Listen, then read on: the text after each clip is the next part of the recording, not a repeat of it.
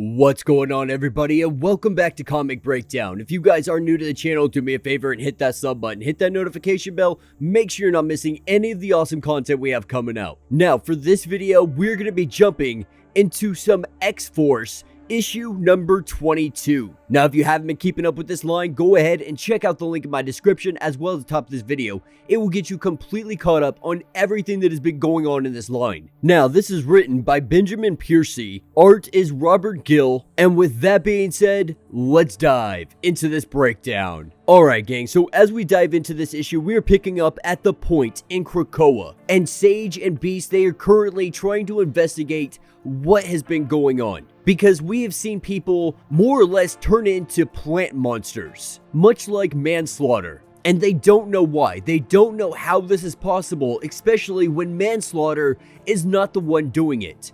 He's been hiding out, trying to stay away from everybody and everything, especially after everything that Weapons Plus has done to him. But with Sage doing her thing, doing her science thing, getting down to the nitty-gritty, cross-referencing all of the evidence she has on hand, she comes to one simple conclusion: that all of this matches the same bloodstream as manslaughter, which manslaughter he doesn't understand, because as it stands, Weapons Plus always used him as an assassin or a spy. They never were able to control him and make him do things that he didn't or doesn't remember. And so Beast runs a theory, and checking this theory, he pulls out a knife and he cuts off the fingers of manslaughter. And of course, manslaughter livid, ready to just rip Beast apart. But this is when he tells him to stop and observe.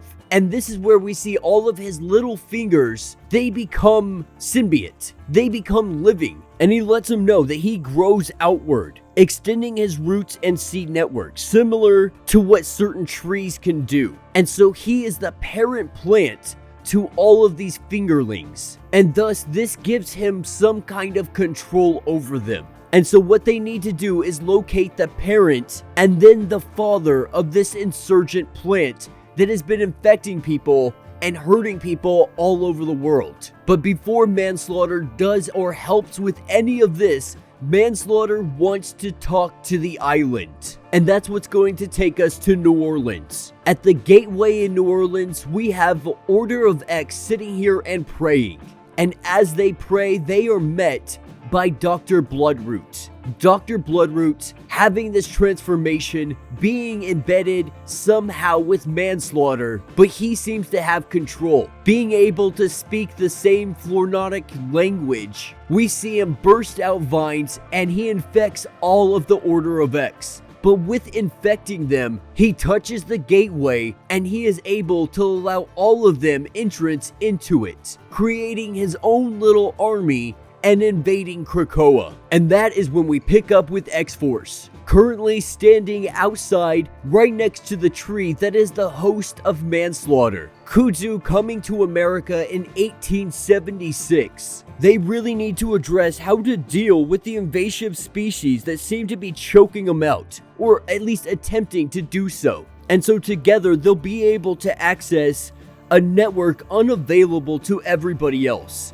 And connecting to this network, he's able to see everything. He's able to see Dr. Bloodroot, able to see his wife, able to see everything that has transpired and how all of this has happened. But this is when the Order of X, they make their way to the shoreside. They make their way to the Green Lagoon, being now infected and under the control of Dr. Bloodroot. They start attacking any and everybody that is in their path.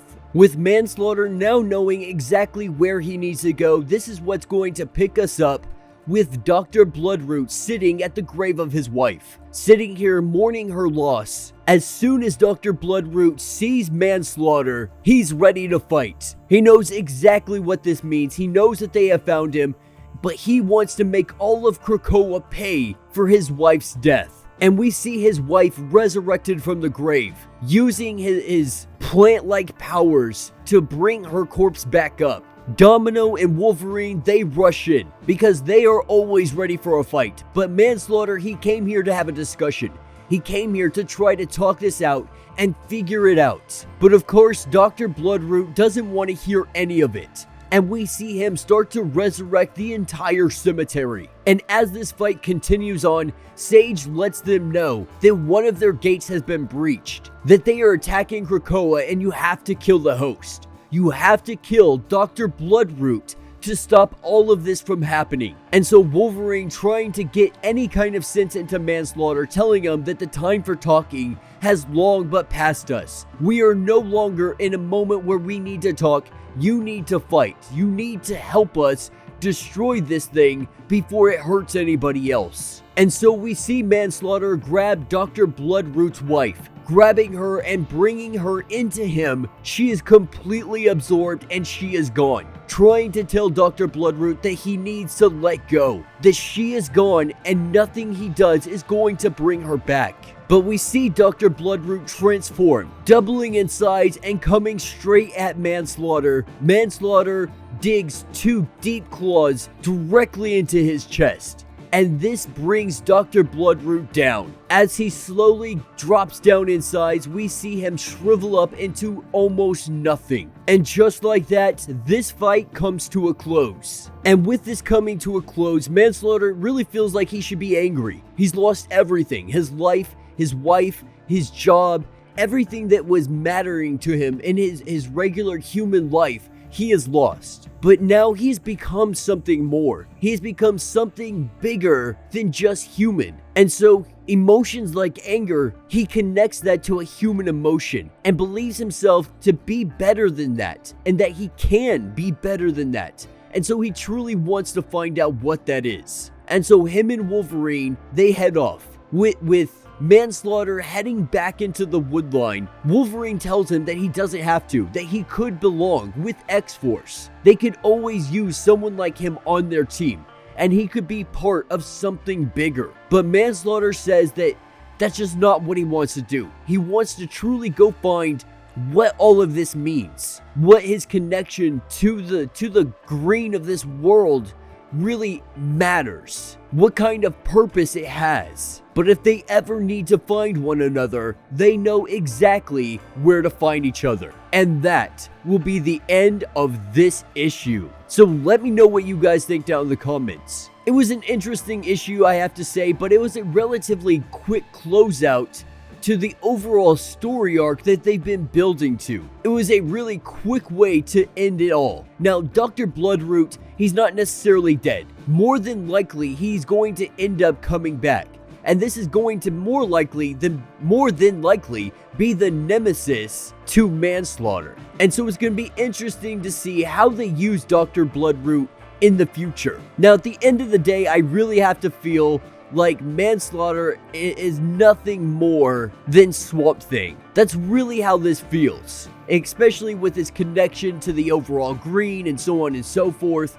It feels nothing more than a copy of the Swamp Thing. And maybe that's where a lot of the inspiration was derived from. But honestly, I'm not upset about it. I think it's a really good aspect to go with, because at the end of the day, Swamp Thing is a really great character. And if Marvel has something that is just as good as Swamp Thing, you know, they have, the Man-Thing. And it's kind of along the same premise with Manslaughter. But I think it's a good story overall. The story arc was definitely not a bad one. I just think it came too quickly to an end. It was too easy for it to all be resolved. And that seems to be an overall issue with majority of comics these days, is they have really strong, great opening story arcs, but as it comes to a climactic end, it's usually very anticlimactic. But let me know what you guys think down in the comments. If you have not yet, do me a favor, hit that sub button, hit that notification bell, make sure you're not missing any of the awesome content we have coming out, and until the next breakdown,